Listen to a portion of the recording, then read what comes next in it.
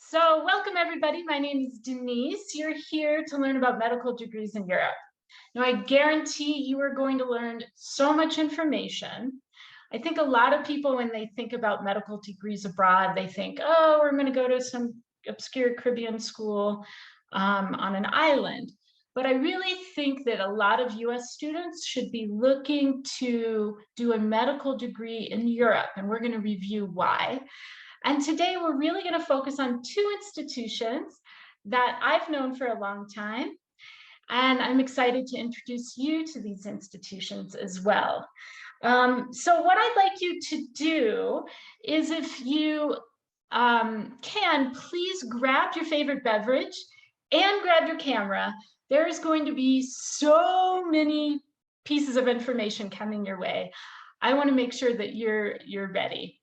My job as the host is to make sure that A, this is informative for you, but also B, you feel like you've got the right amount of information, it's interesting, and you're clear on what your next steps are. My goal is for you to feel empowered.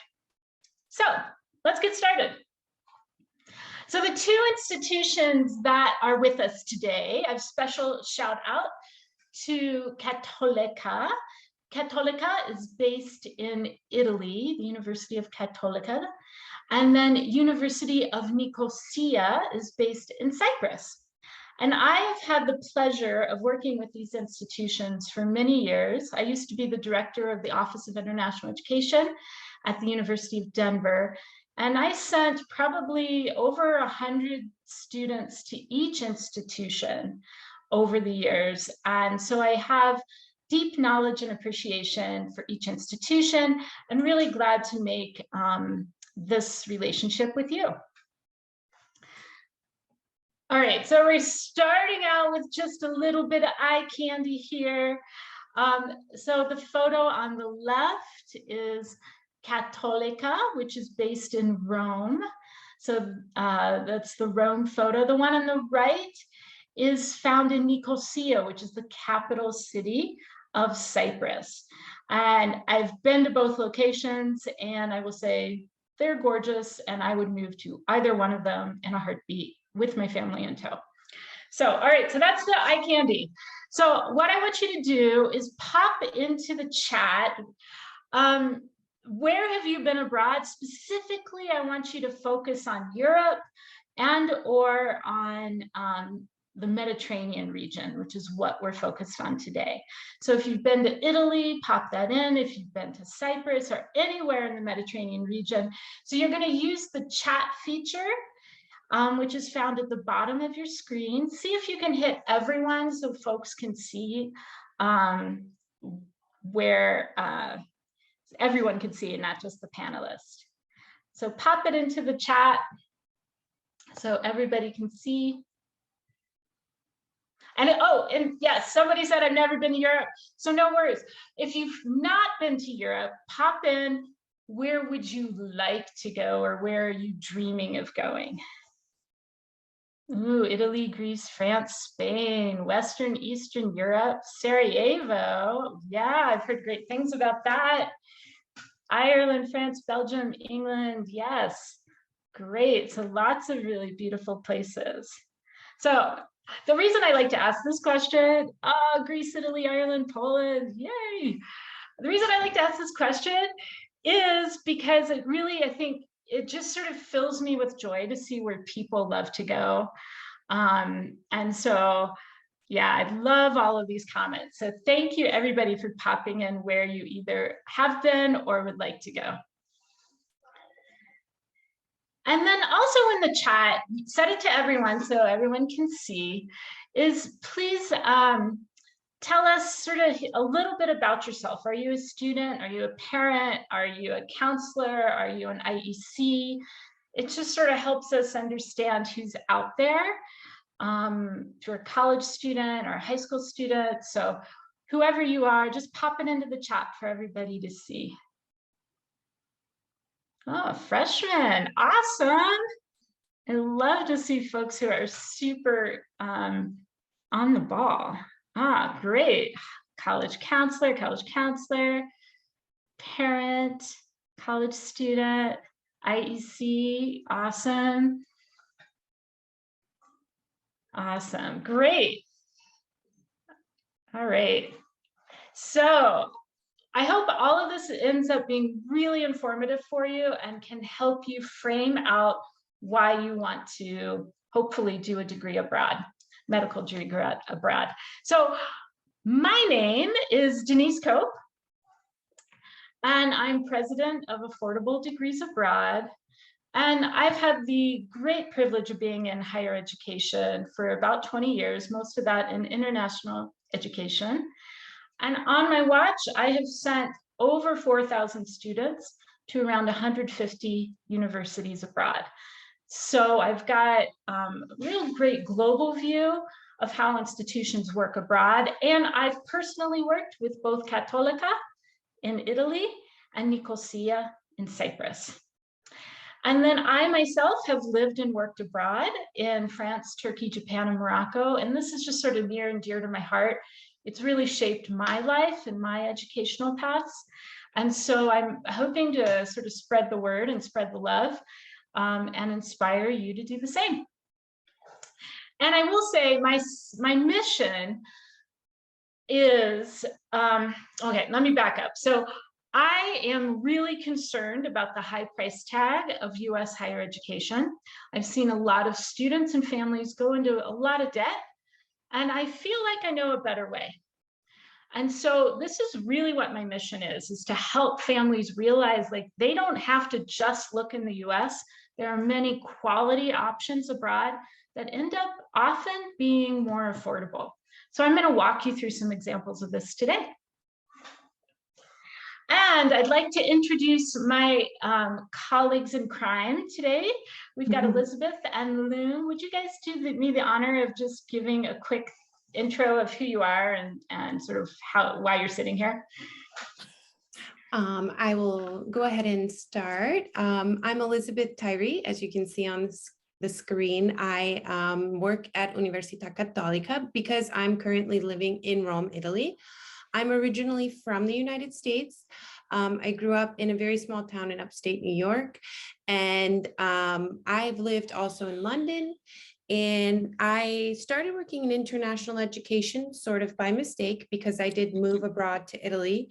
And I decided that I was really interested in the recruitment aspects for reasons that are similar to what Denise said, but specifically in healthcare, because I was previously helping American students who were studying abroad to navigate health concerns or emergencies, issues when they were unwell. I was in charge of the health and well-being office at an American university, and I learned a lot about the Italian healthcare system and the way that it works.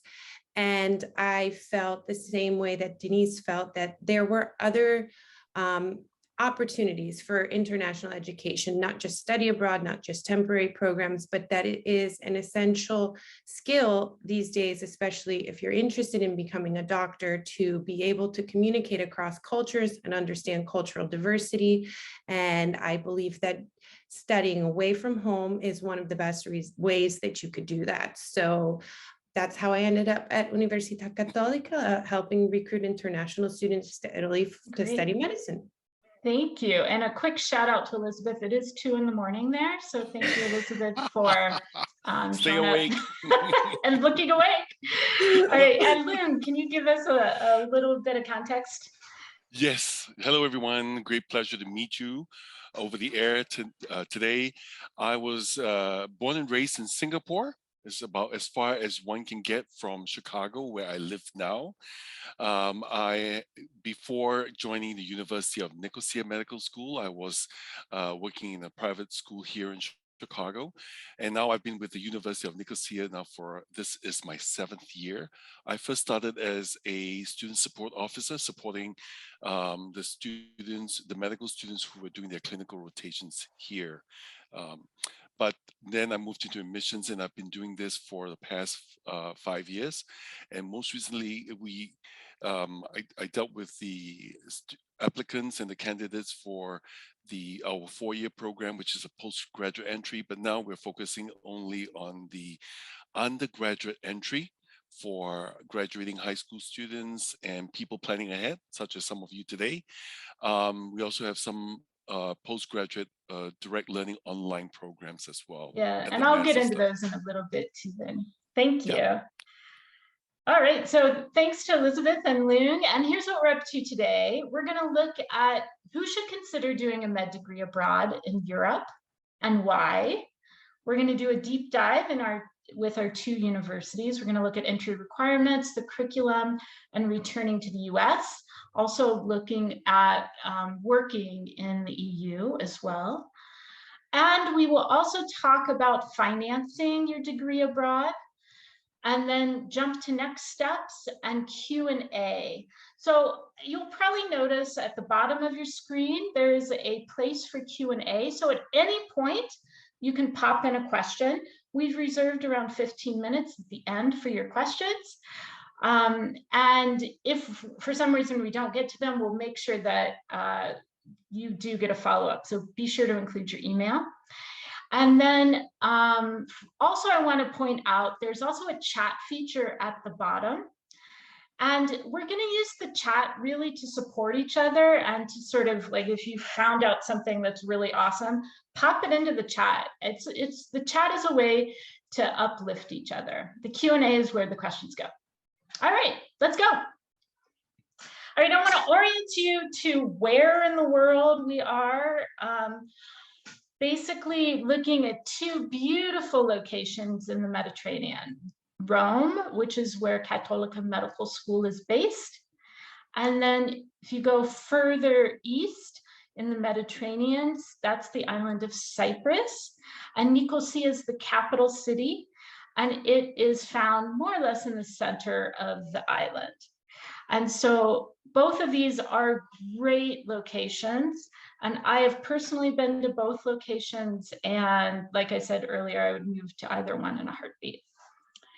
And I want to give you a sense, Reese, with the next slide.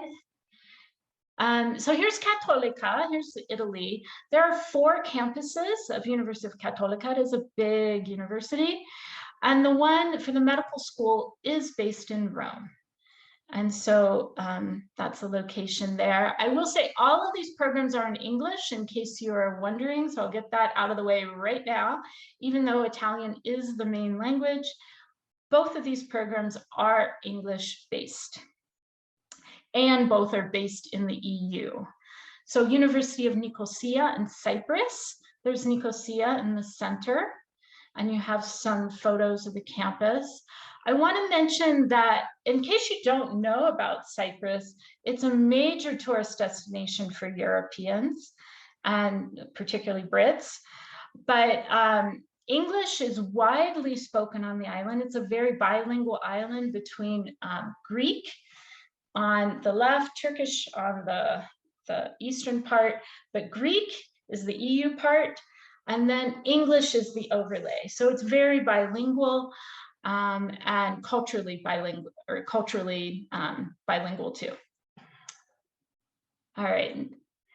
So even though today we're only going to focus on the MD, I wanted you to also be aware that each institution does offer other degrees in any type of health-related field.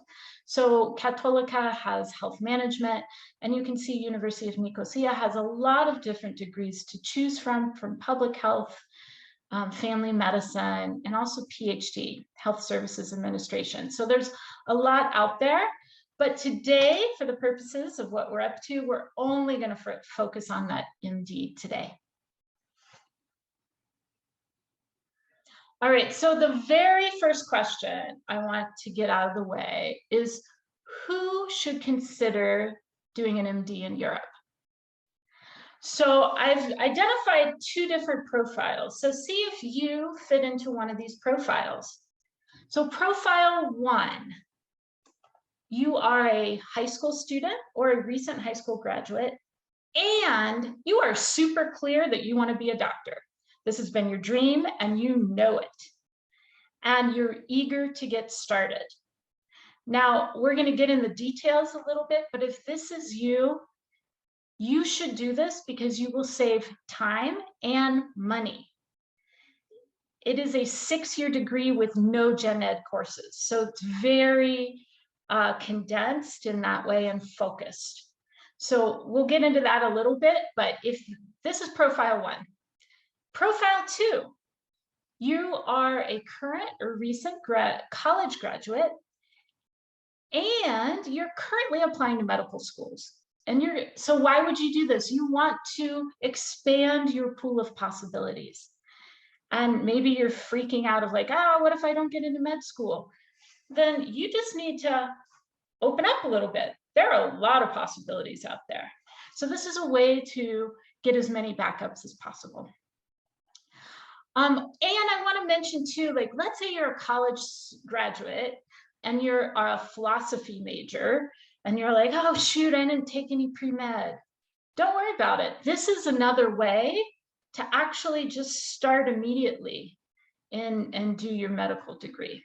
So there are many, hopefully you see yourself in one of these profiles, profile 1 or profile 2. All right, I want to walk you through some comparisons between Europe and the US as it relates to medical school. And actually, it's sort of true for much of the world abroad, not just Europe. Now, if you have your camera, I want everybody to take a picture of this slide. There's a lot of information on here. I'm going to walk you through each one. So the European system is really different than the US system. In Europe, you start immediately in your major. This is a 6-year program. It includes your undergrad and your medical degree, right? So it's 6 years for total. Versus in the US, what we do is we've got the 4-year undergrad, and then you apply to your 4-year medical school. So 8 years total. So you can see if you're a high school student, starting right after high school, you've just shaved off 2 years of time. This is amazing, right? So this is a way to save money and time. Now, let's look at tuition. Tuition, as a general rule of thumb, tends to be more affordable abroad than it does here in the US. And I'm going to give you some concrete numbers here to compare. So UNICAT, this stands for University of Cattolica in Italy. It's around $18,000 a year, right? So you multiply that by 6 years, that gives you a grand total of right around 108,000. Now this can fluctuate depending on exchange rates, but I want to give you a sense of like, this is what it costs, right? And this is a quality degree. UNIC, so that's University of Nicosia in Cyprus. It is about 20,000 for years 1 to 3, 27 for years 4 to 6, for a grand total of 141,000. And these are all in US. Now, let's flip over to the US so you can see what's happening here. Now, these are estimates. Obviously, it can be more or less depending on your situation. But here we've got around 4 years of undergraduate costing around 125,000, and 4 years of medical school, an average around 200,000. Could be more or less. Grand total 325,000. All right, so do the math here. If you are a high school, if you start right after high school, it is a third to a half, it costs less to do this. So there's tremendous savings. Now, if you're that profile 2, it's still cheaper. You've lost the time element, those savings of 2 years, but it is usually tends to be more affordable. So there's still a reason to do it. Cost of living tends to be pretty affordable at both of these locations, and I would consider it pretty comparable here in the States. Of course, it depends on how extravagantly you're living, but these are some cost estimates. Now, I want to get to this next part around FAFSA and 529 plans. So for those of you out there, FAFSA is the US government federal financial aid.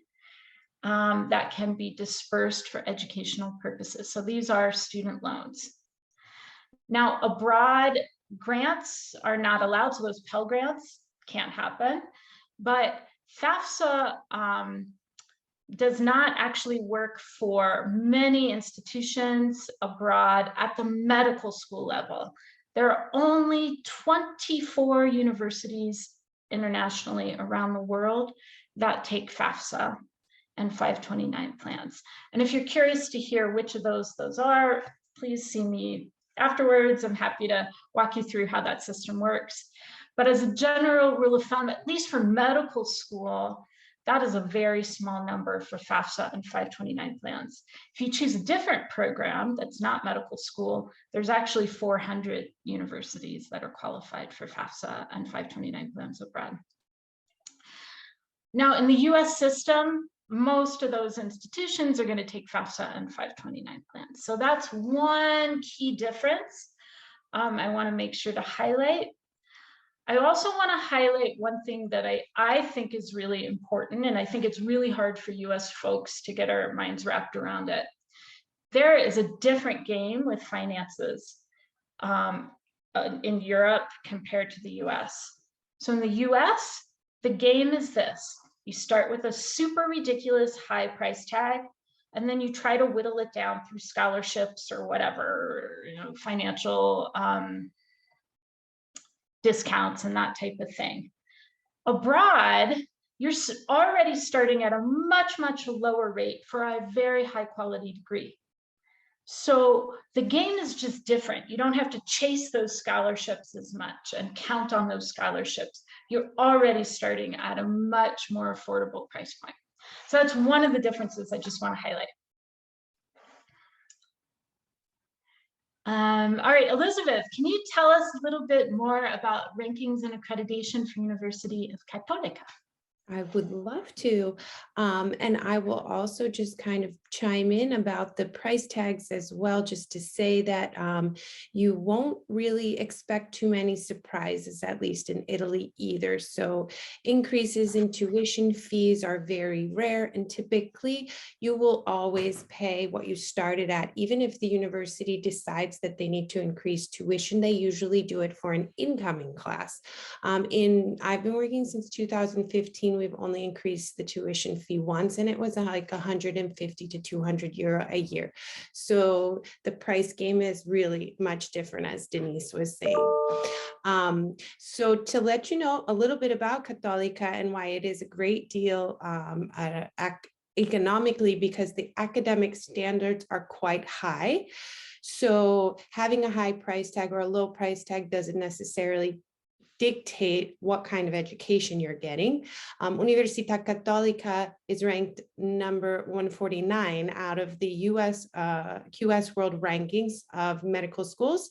We're really proud of this, and I know that Denise is going to give a little context at the end, but we are putting research out there that the world is taking a look at. The academic standards at our institution are world renowned. Our professors are actually out there teaching and researching and practicing medicine. So later I'll talk to you a little bit about our university hospital as well. But one of the reasons that we've been able to achieve this ranking has been because the entire community is focused on quality, not just in academics, but also in the medical practice and in being leaders in the clinical field as well. A couple other things that I really like to highlight about Universita Cattolica is that we are an internationally focused institution. So we opened this medical degree program with the idea not only to open our doors to international students so that they could benefit from studying medicine in Italy, but also to bring international students onto our campus so that the campus can benefit from the intercultural and multicultural atmosphere that would come along with those students. So we also changed our academic curriculum a little bit and the focus of the institution in general when we opened this program. And we kept it small. And I think that's a great benefit. So if you're looking for a huge university where you're going to get lost in the crowd, that might not be Cattolica. It is a decent size. There are 80 students in our English taught program each year, admitted 50 international students that are not living in the EU and do not hold a European citizenship, and then 30 students who are either living in the EU or holding an EU passport. So just to give you an idea, this is really interesting. Why do I mention the EU citizenship or the living? Because from the side of 30 EU students, you might be getting students who were raised in the United States that happen to have dual citizenship. Same thing on our non-EU side, you're getting people who lived outside of the EU. And on the you might also receive people who are non-EU citizens but have been living in Italy already. So it really is a very diverse group of students, and there are 80 people, so you really get to interact with your classmates. You will also have a chance to get to know your professors, because there are 80 students interacting, not 300. And this is one of the things that our current students say is probably one of their favorite benefits of our program in particular compared to other institutions in Italy. The class size they feel is perfect. So Awesome. also we are ranked #1 in Italy for student employer connection. So we're pretty happy about that. We are focused on your future as well. Yeah, thank you, Elizabeth. Wait, can you go back really fast, please? All right, one thing I just want to point out to students and families. So most US folks, we are familiar with QS. So I want to make sure you're oriented to this. So in the US, we tend to look at world news and world reports. Please throw that in the garbage. I want to reorient you to QS and or Times Higher Ed. So QS is a global ranking, and this actually means something. So 149, you're probably like, what does that mean? I don't know what that means.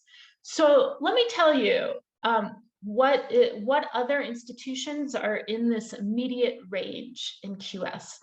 Tufts Medical School is 147, and GW is right beneath what Cattolica, as well as Penn State. So this is a great ranking. And it's just something I want to highlight, I think is a real feather in your cap. All right, moving on to Nicosia. Okay, thank you. Just to as a segue from what you just talked about the QS, and you also mentioned the Times Higher Learning, the THE. University of Nicosia is currently ranked around the number 35. Okay, for the Times Higher Learning rankings. Okay, so as Denise had mentioned before, both our programs are taught entirely in English. In fact, the University of Nicosia is the largest English speaking university in Southern Europe. And the medical degrees that are awarded by the University of Nicosia is not only recognized, obviously, around the whole entire EU, but we are also recognized by the UK's General Medical Council. That's important to note because now that Brexit has already been finalized, this has become even a little bit more important as well. And both our programs are the important thing for the US audience to understand is that for degrees to be recognized, particularly here in the US, the medical school as well as the medical program both have to be listed, recognized and listed in the WFME, which is the World's Federation of Medical Education, and they publish a directory of medical schools. So that's the reason why Elizabeth and I are both profiled in today's webinar. Like Cattolica, we are also a very international student body. The population of Cyprus is actually pretty small. It is only just under 1 million people, but nevertheless, with our English-speaking university and the language that is taught in the medium, we've managed to develop, establish, and also attract a large student body. Our students come from all over Europe. Many come from the UK, other parts of Israel, Lebanon, further afield to Middle East, and increasingly to North America and also Australia. Okay. Today, even though the University of Nicosia Medical School is fairly new, we're only about 11 years old, but nevertheless, we have managed to churn out and help our students become successful. Over 99% of our medical graduates move on to find employment in the medical sector, okay, as either doctors or clinicians or in clinical research. Yeah, and I want to really give kudos to Nicosia. That is an extraordinary employment rate. And I know Nicosia has a lot of support as it relates to career services. Yeah, and I think also, Moon, I think that 35 for Times Higher Ed wasn't for the medical school. I forget what it was exactly, but there was more context with it, I think. It's for the entire, you're right, it's for the entire University of Nicosia. Okay. All right, thank you. All right, let's move on to entry requirements. And Elizabeth, and both institutions are actually very different as it relates to entry requirements. So here I also suggest you snap some photos along the way. Elizabeth, take us through Cattolica. Okay, I'm gonna kind of remind everyone what Denise started out the presentation explaining these two profiles and the reason that you might be interested in applying to a medical school in Europe, and then bring that specifically to Cattolica.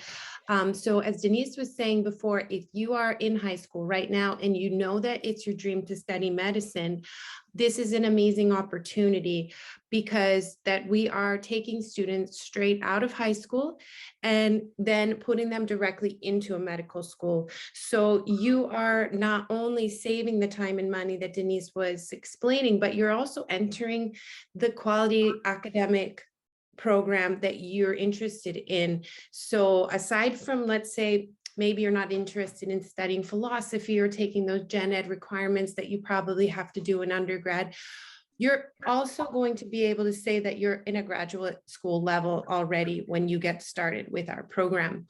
So you're going straight into the quality of education that you would enter into at a medical school level, if you were to follow the US system. So I think this is really exciting for the first profile of people who know for sure this is really what they've been dreaming about, because that you are going to be able to be engaged in the academic discipline that you're dreaming of studying right away. You don't have to muddle through any other extra requirements.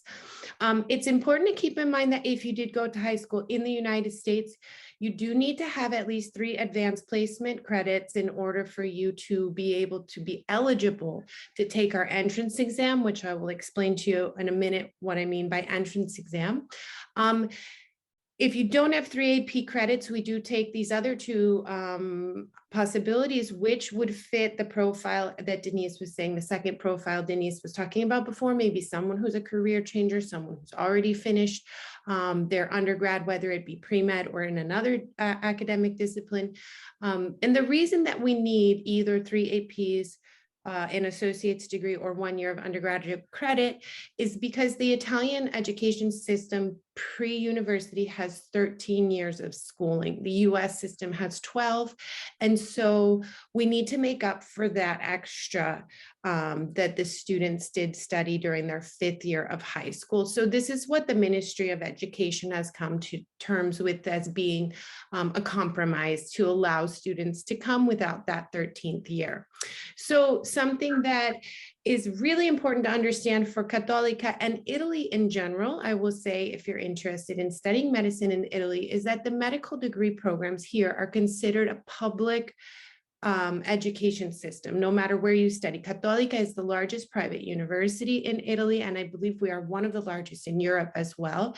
But when we open a medical program, this is something that's considered a public service. So students who are entering our program are supposed to be all measured across the same scale. So anyone, no matter where you came from, whether it be Italy, the US, Turkey, whoever is coming into our program, and whether you're coming from college experience, high school experience, or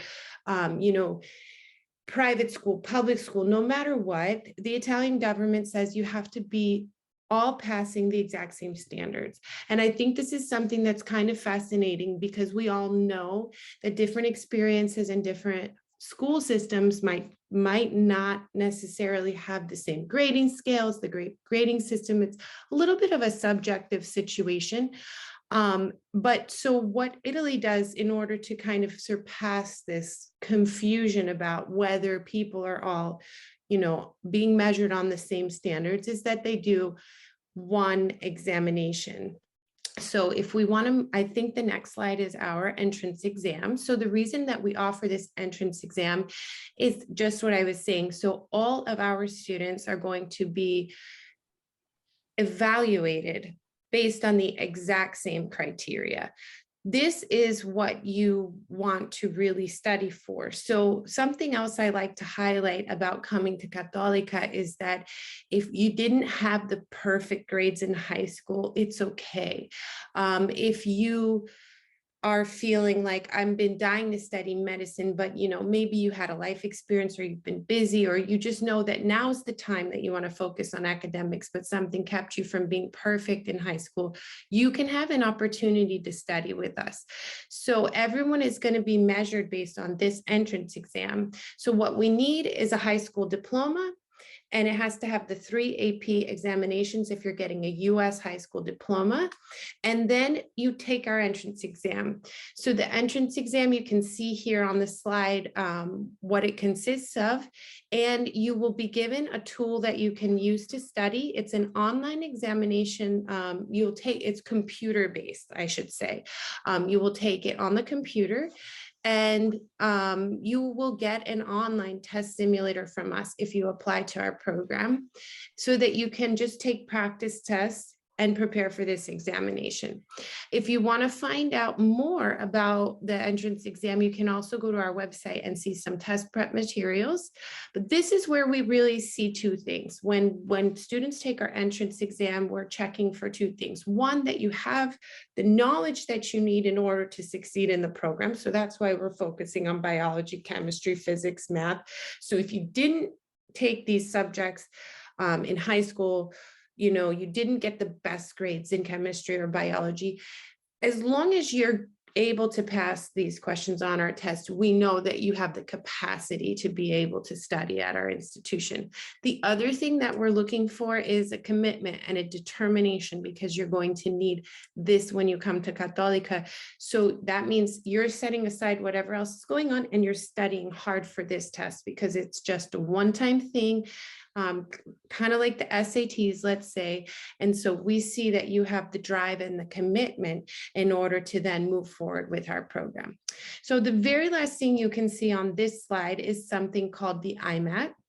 And if you're not familiar with studying medicine in Italy, you might not know what that is. But the IMAT is the standardized examination that all of the public universities use. Cattolica does not use the IMAT. And this goes back to what I was saying before about us being very internationally focused. Our entrance exam takes place earlier in the year. We always do it in the spring. The IMAT is always given in September. So thank you, Elizabeth. All right, Lynn, can you go through the entry requirements for Nicosia? I'll be happy to.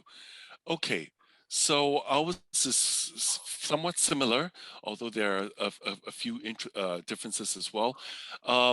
We essentially will look at an applicant's final year, that is the 12th grade year. All right, so we need at least for the entire GPA of the final year to at least be a 3.0 or above.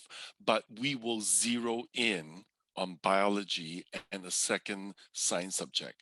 When we say a second science subject, I'm referring to either chemistry or physics or math. So the biology and the second subject must be A's. All right. And then we also accept the AP scores of 5, 4, and 4 in any combination for, again, either one must be biology, and the other two subjects could be from chemistry, physics, or math. All right, and as you can see on the slide here, you can read that we need an IB overall score of 32 plus a score of 16 for biology and 1 second subject. So it's pretty much straightforward. When you think about it, it's biology because it's biomedical science that our students should be studying, and then a second science subject, typically chemistry, physics, or math. So that's the way our admissions requirements are laid out. Okay, it's very Great. And Lung, straightforward. also like Cattolica, if a student had a year of undergrad or something under their belt, would that also either be a substitute for, or would they be able to demonstrate some Good commitment question. that Thank way? you, Denise. Yeah. So as a matter of fact, today I was just 3 hours ago, I was speaking to a student who's just completed her first year at University of Western Ontario. But now she's rethinking whether she wants to complete it. Because don't forget, one other point that was not mentioned earlier, if you go the traditional North American route, 4 years of undergraduate, don't forget, in order to qualify for med school here, one has to study the grueling MCAT exam as well. So Yeah. this saves one exam. Yeah, great. Thank you. All right, let's keep moving. We're sort of on the clock here. All right, so I want to, one of the questions before we get into the curriculum is we need to talk about where and how can I practice afterwards? And so just orienting you to two different pathways and two different tests. And both of these curriculums you can see can support. So you can see with USMLE, right, the United States Medical Licensing Examination, this is a test you take. And if you want to practice in the US, you're going to have to take this test. And you'll see in the curriculum how it's incorporated. And it focuses on US healthcare trends, and there are 3 parts to it. Now, you may not be familiar with the IFOM. IFOM is International Foundations of Medicine, and this is if you want to practice outside the US, and it focuses on global healthcare trends outside of US and Canada. The exams tend to be shorter and a bit cheaper than the USMLE. And so as we're talking through the curriculum, this gives you a sense of what's available in regards to these 2 exams. Elizabeth, will you start us off with Cattolica? And in the interest of time, can you try to stick to around 4 minutes? No problem. So I will just give you a really quick overview of how Cattolica is set up, and just mention one thing that I was saying before about our academics. For the English taught program, we have tried very hard to give an international focus to the curriculum as well. So this means that we are building off of the Italian-based academic style, which is really a lot about kind of heavy theory, rote learning, giving a good academic foundation, and then moving into the clinical phase. And instead for this program, we have included a lot of problem-based learning and also theory to practice already straight from year 1. So the difference between our Italian taught program and the English taught program is that during years 1, 2, and 3, you are in the classroom in both cases, but in our English taught program, we do also focus on case studies, some hands-on activities in the lab, and we're really trying to make the theory to practice connections already in the very beginning of the program. And so the reason you see it sort of separated into 3 and 6, the 4, 5, and 6 are our clinical years, we call them. You actually move physically into the hospital during those years. Your classes are usually in the hospital, and then you're doing observations, you're going on rounds, you're taking, you're participating in the clinical part of your medical degree. So first 3 years, more academic based, year 4, 5, and 6, moving on into the clinical phase. If there's time, I'll mention also the IFOM that's listed here, which is a international medical examination similar to the USMLE. They're both offered actually by the same entity. Cattolica has incorporated the IFOM into our curriculum, just so that our students have this assessment done. They know where they stand. Our professors know where they stand. If you want to take the USMLE, many of our students do, but that's not a part of our program directly. You would study with your friends, sign up for the exam kind of independently. Right. Thank you. And that's actually not unusual for many European institutions to have it organized the way Elizabeth was just described. And thank you, Elizabeth. Here's the curriculum for Nicosia. Thank you. Okay, very similar. It's both are 6-year programs. Some key differences here. Well, let me just skim over the similarities first. So don't forget, this is a 6-year program that has to incorporate a great deal of the biomedical sciences that will occur in the first 3 years, years 1, 2, and 3. Year 4 is more, even though we classify it under the clinical, the medical education part of it, but year 4 is really more like a transitional year where the students are starting to get prepared for the clinical training years in the last 2 years, years 5 and 6. But one key difference is that our students are not required to take the IFOM.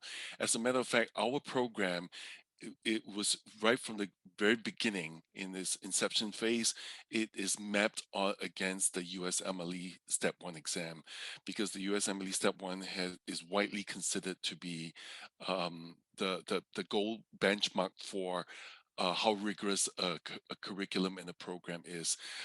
Just to give you an example, even though the USMLE is used here in the US for the match for Step 1 and Step 2, but Israel, interestingly enough, and that's one key reason, other than the proximity to Cyprus, is that for our students coming from Israel, when they pass the Step 1 and they get the USMLE is accepted for residency match in Israel as well.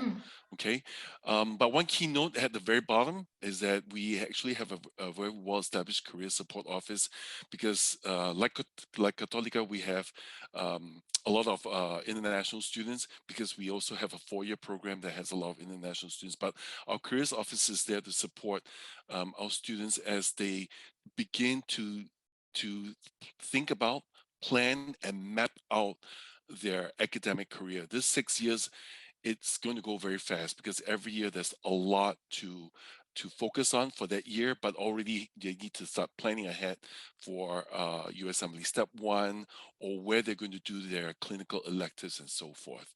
Okay, Yeah. but and the USMLE, very quickly, even though it's optional here, but the important thing is that it is mapped against it, and we actually provide 3 practice tests for our students to help them stay on track with their USMLE preparation.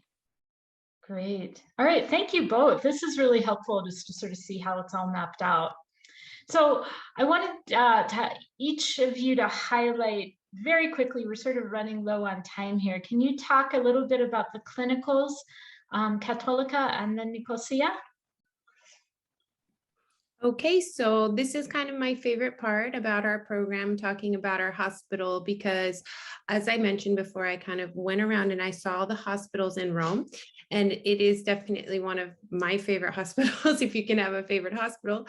But this is one of our strengths. We have a great teaching hospital, and our professors are the leaders in the field, as I was mentioning before. I do like to mention that our professors, the coordinator of our program, former coordinator of our program, was called upon by the Ministry of Health and the Ministry of Italy to kind of guide other medical professionals and all of our public officials through the COVID-19 crisis. So you can see we're a leading hospital here. We have been ranked #1 in Italy by US Newsweek, and we are in the top 50 worldwide.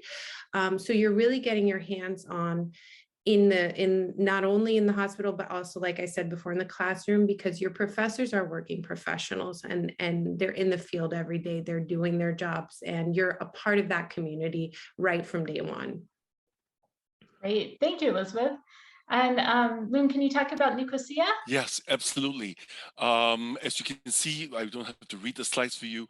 Our main clinical training for years 5 and 6 are conducted in hospitals in Cyprus. The important thing to note, Cyprus, as Denise had mentioned earlier, fluently bilingual. Okay, everybody under the age of 60 is fluently bilingual. Although we do offer free Greek lessons to interested students who want to exercise a different part of their brain and take a break from biomedical sciences. Now, the second line you see there, the bullet point, is that we do, the University of Nicosia, we have really established some affiliations with hospitals in the US and Israel and UK. The important thing to note is that these are clinical electives. And actually, when you think about it, clinical electives should be student driven. So what I mean by that is that, there's so many, the US is such a big place, right? We have 50 states and there's so many specialties and subspecialties. So it's really the student, it should be the main person to start thinking ahead and planning ahead and applying for clinical electives in the US. The careers office is there to guide them to make sure that they meet the milestones. The important thing I do want to jump in here is that Jenny had asked a question. I want to take this really quickly because it involves directly the slide. Is there a way to do clinicals elsewhere? So again, the clinical electives are can be done in years 4, 5, or 6. It should be student driven. Okay, so clinical electives are even available during summer vacation, for example, or winter break. Okay, it's not mandated by the medical school. Okay, and one other question here from Isaac about the USMLE. Again, this is also student driven. The USMLE step 1 and step 2 exam is really up to the student to decide when he or she is ready for the exam. Yeah. Thank you. On to you, Great, thanks for Denise. providing those contexts. And our last little bit here, I want to make sure you're familiar with postgraduate pathways, right? So this is another way to say residencies. That's what we would use in the US. In the UK, you use a different language around foundation years. So both of these programs that you've just been introduced to, both of these institutions are recognized by WFME, World Federation for Medical Education, and ECFMG, lots of acronyms today, Educational Commission for Foreign Medical Graduates. And that would be coming back to the States. So then, as a result of being recognized by both of these, there are pathways to practice in the US, or practice in the UK, or practice in the EU. Now, all of these processes are different, and the institutions can help you sort of plan those pathways to make sure that you're meeting your goals. But just knowing that any of these locations can be possible, assuming you meet all of the regulations. Elizabeth, anything you want to add in here? I did see that someone had a question about the USMLE step 1 and the timing, and I think that kind of goes along here with this slide. Lung had been mentioning this as well, that it's kind of student driven. So what I usually like to tell our students is that no matter where you plan on taking this degree, Cattolica can open many doors for you. Our students kind of work all over the world. So what you need to understand is how to map that out for your own interests, as Loon was saying. And the USMLE is a really good example of this, because they do recommend that you try to take them close to the same time that you would take the step 1 and step 2 if you were to study in the US. There are other countries, for example, that might say if you want to do a residency program in Norway, you need to have a certain amount of clinical training in neurology.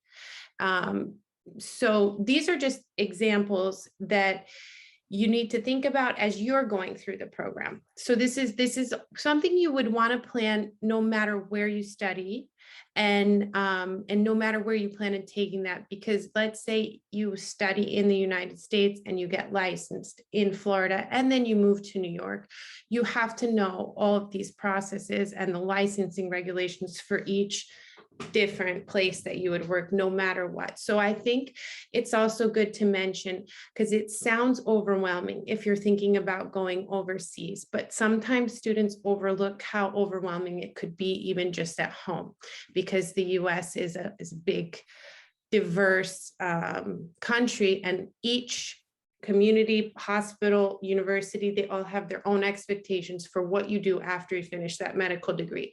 So Lung's program has great career services office. Italy's strength is that we are really also great at helping you get residency programs in Italy if you decide you want to stay, keep your visa here. So you want to look at all these things when you're looking at your institution, and you want to keep them in your mind as you move through the processes to understand where you might be headed later. I think that's a really good point. So really starting with the end in mind. Reese, can you move us on to the next? So I just want to quickly review some next steps for you. So in case you're curious for more, I'm going to provide the contact information for everybody here today. So you can reach out to guides like myself, as well as Elizabeth and Luke, and I'll give you their contact information. And you can review, I will give you this video tomorrow, and you can review it. Make sure you're taking the appropriate science courses, so you have those under your belt if you are thinking of applying. And then step 3 is apply. I think it is, for me, I sort of feel like this is a no-brainer if you're considering medical school. You should at least consider applying. And Reese, can you move on so we can make sure you, if you have your camera, snap a picture of this. There's Lung's email, Elizabeth's email, and that QR code is to apply to Cattolica's medical program. And then the next slide is my information. In case you, there's some other questions around medical schools abroad that either Elizabeth or Lung can't answer, there's my information. You can also schedule a free discovery call or download my graduate or undergraduate guide abroad, and that's available. And then finally, we've got some time for Q&A. Let me see what we haven't already answered here. Let's see here. All right, we've got 3 questions here. And Takako is asking for Cattolica, if I'm taking AP courses right now and the exam is not till May, am I still eligible? Can 3 AP courses include a language course? Yep. So that's a great question. And yes, we are looking for, applicants who will finish their high school degree or have already completed their high school education by June, July at the latest, more or less. So AP courses, since it's just a general curriculum requirement for us, can be in any subject. The important thing is that you get a minimum score of 3, which means you've passed. So yes, it could be a language course, it could be English, it could be history. It's okay with us as long as you have the 3 minimum score and you have 3 of those exams under your belt by the time you finish your high school education. Or after, if you take them after high school. I don't know if that's a possibility, but the important thing is that you have them when you apply, or that you can prove that you're going to complete them while you're applying. So yes, that's perfectly fine. Yeah, and Isaac, I think you got this question answered, but I think we can also perhaps reiterate it. How does one take the USMLE when there are different times for the different steps? So step 1 is taken after the 2nd year of US medical school. It was the example. And and Isaac, I can say, like, also, if you go on the USMLE site, there's a really great video also that walks through some of this and talks about international, doing a degree internationally. If you're doing it internationally, you can mix and match steps. It doesn't even have to be in order. It's really student driven, sort of what Lung was saying earlier. Any other comments, Lung or Elizabeth, on? Yeah, can I jump in at really Yeah. quickly? Isaac, when you think about it, I'm in Chicago. We over here we just never think about it that much, but there are many doctors who are practicing here in the US who earn their degrees abroad, from India, Ireland. And so how do they fit in? How do they get to practice and earn their medical licenses here? So some of them are already practicing doctors in their in their native countries. So even though yes, in a standard USMD degree, 4-year postgraduate entry degree pathway is the end of the second year, but it's really up to the individual candidate. So for us, we definitely what we tell our students is if they want to match right in their final year and without any gap years, then they need to follow a certain timeline and deadline. Great, thank you, Lynn. So Chaitanya asked a question regarding FAFSA and 529 plans. And what I suggest, why don't you just email me afterwards? I can provide you that list and we'll take that offline. Takako asked if I did an early graduation where I will graduate US high school in 3 years, am I still eligible? So for Cattolica, yes, there are some considerations to take in account if you are applying at, let's say, the age of 17 or younger. But we walk all of our applicants through that, just because that you are considered a minor in Italy for the visa process. So this is something that we have. I am the actual prospect manager for medical degree programs. We have an international admissions counselor, and then we have some other support staff that helps us with these type of situations. So as long as you meet the academic standards that we were hoping for, you should be fine. And then we will help you through any other unexpected individual situations to make sure that you're eligible for your visa as a student who's younger than the let's say adult. You're considered a minor until you turn 18 here.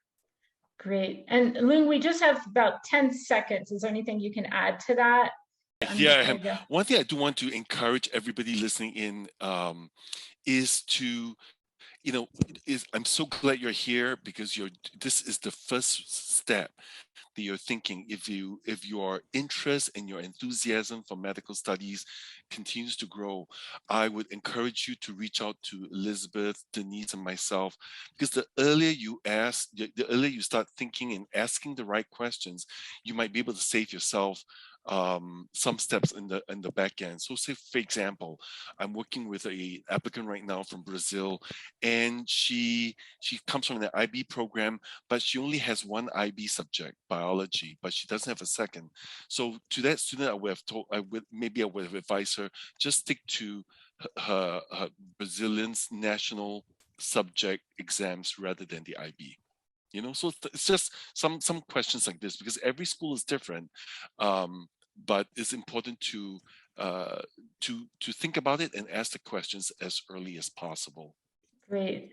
All right, so there are a few other questions out there. So I noticed Stacy has a question and Jenny has a question.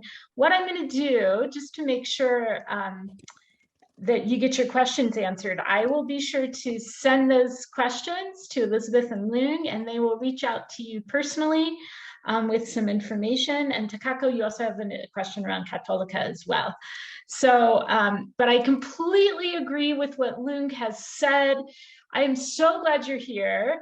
I really think thinking about these things early, making good decisions, I think will be really exciting, and it just opens up doors. And my main goal at the end of this is I want you to feel empowered, I want you to have resources, and I want you to be able to take action. So I want to thank our guests, especially Elizabeth. It's 3 a.m. there. So bravo, thank you for being awake for this time. And so special shout out to everybody.